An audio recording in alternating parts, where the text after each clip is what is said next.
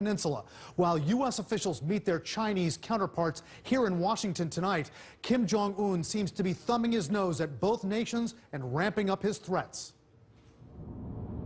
Punggye-ri, the mysterious underground mountain site where Kim Jong-un tests his nuclear bombs. Two U.S. officials tell CNN spy satellites have detected new activity there for the first time in several weeks. The officials say there appear to be modifications around a key tunnel entrance to an underground test area. It would mean that there looks like they're preparing for another nuclear test. The tempo of nuclear tests and missile tests have increased over the last couple of years. U.S. officials say military options for North Korea have been updated and will be presented to President Trump if Kim's regime conducts another nuclear test. But it's not clear if the U.S. would respond militarily. Tonight, the Secretary of State is blasting Kim for acting like a mafia don to pay for his weapons.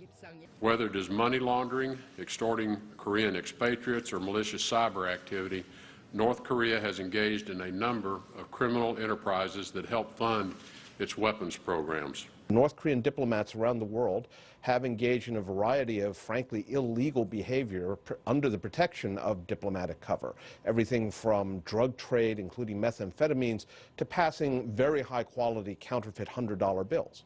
Experts say Kim's regime hacks banks, sells weapons on the black market, even traffics in endangered species. The U.S. Treasury Department says Kim's inner circle manages it all through a secretive bureau called Office 39.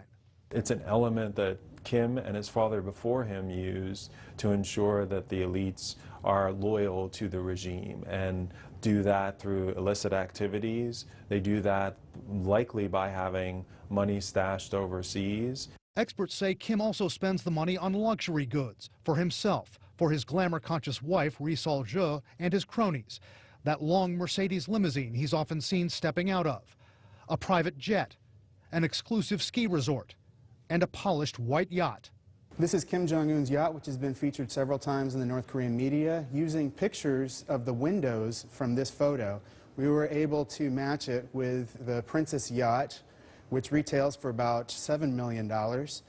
Kim Jong-un keeps this yacht in a boathouse at his family compound on North Korea's east coast in the provincial capital city of Wonsan.